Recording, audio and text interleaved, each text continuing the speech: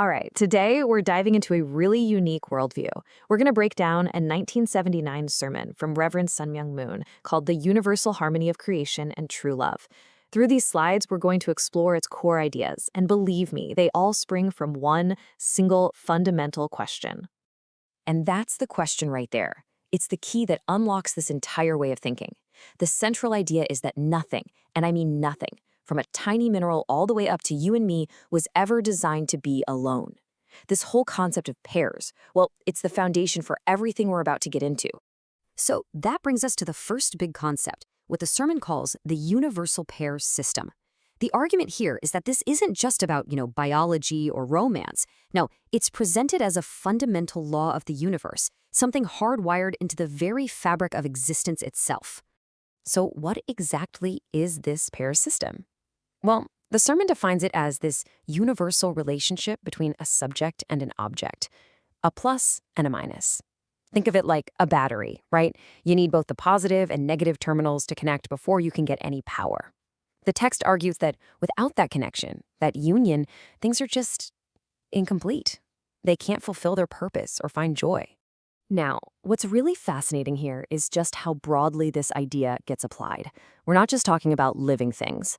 The sermon starts way down at the mineral level, suggesting even something like iron ore exists in this kind of relationship.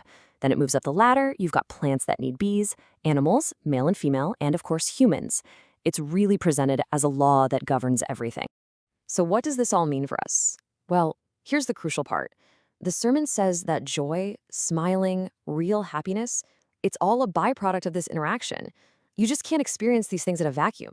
You need that other half, that counterpart, to see you, to hear you, to share things with. Relationship isn't just a nice to have, it's presented as the absolute central engine for happiness.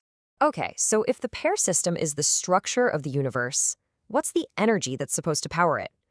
This is where the sermon introduces its most important concept, something it calls true love. And right away, the text draws this really sharp line in the sand. On one side, you have what it calls modern love, fragile, situational, something that breaks down easily. And on the other, you have this ideal of true love, which it describes as being permanent and resilient, kind of like a diamond or gold. Its value comes from the fact that it never, ever changes. And this quote just gets right to the heart of it. It's defining true love not as some fleeting emotion or a feeling that depends on the circumstances. No, it's a permanent state of being, something that can't be tarnished. This one idea is really the anchor for the entire rest of the sermon's argument. So what does this actually look like? Well, according to the sermon, it's a love that's totally unconditional. It's all about giving and serving the other person, not about what you can get. It's a force that can withstand tragedy, hardship, you name it. And maybe the most radical part? It's a love that goes way beyond physical appearance, creating this deep harmony between two people, no matter what they look like on the outside. Okay, this is where things get really interesting. We start to see how this idea of true love connects to the physical world around us. The sermon makes this powerful argument that love is what actually gives physical things their real, lasting value. And to explain this, it tells a story. It's about a man who, 10 years earlier, had received a gift from Reverend Moon, just a simple, plain white handkerchief. If you saw it in a store, it might be worth $1.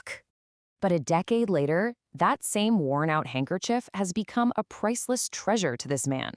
So why? The sermon says it's because it represents an inheritance of love.